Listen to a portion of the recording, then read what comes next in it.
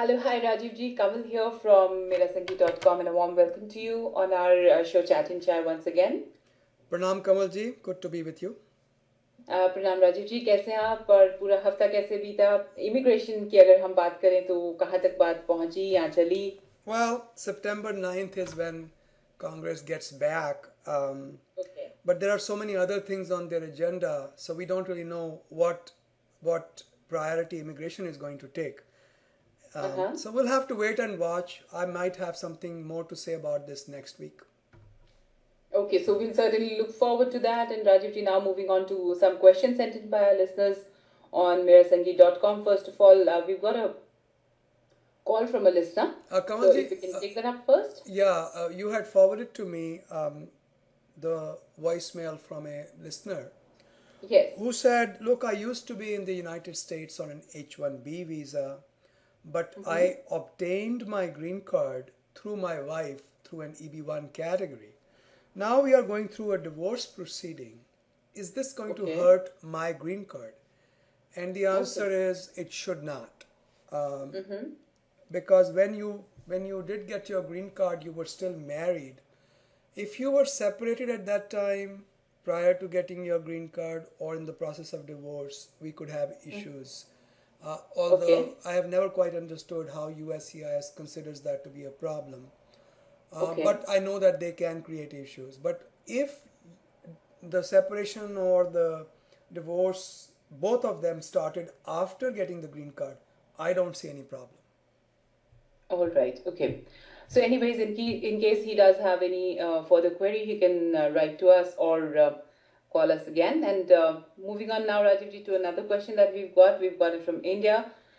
He's just written a one-line question. It says, "How can we apply for H1 visa from India?" You'll first need to get a job, then your Mm-hmm. employer will apply for you on April 1st, and you will be, Okay. if you are approved, you'll be able to come on October 1st. All right. Okay. Another question here from a listener on Mira Sangeet says, an employer applied for an H1B for me 2 years ago under the quota and it was approved. But then I was unable to come to the United States to start the job. Can another employer apply for an H1 for me now, or will I be subject to the quota again? You can choose to take the remaining 4 years left on your H1 and not be subject to the quota. This is called the remainder option. So Okay. you can be exempt from the quota. Oh, all right. Finally, another question here, Rajuji. The listener here wants to know about the naturalization policy, especially in regards to the review of the underlying adjustment case, whatever that would mean. Okay, I'm not sure I understand quite what they mean, but I can guess what they are thinking. Okay.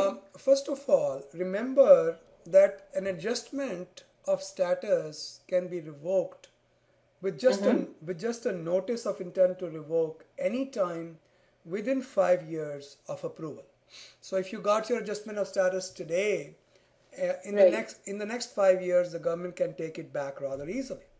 Okay. Okay. Mm-hmm. Once 5 years are over, then taking it back involves a lot lengthier process. Not easy. All. Okay. All right. Mm-hmm. So my advice to people who have any concerns about their AOS, adjustment of status, would be um, Mm-hmm. don't apply for naturalization until 5 years have passed. Typically, you can apply for naturalization 90 days before fifth years. Don't do that.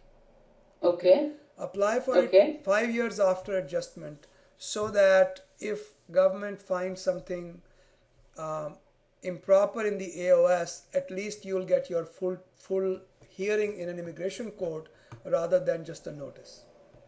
All right. Okay.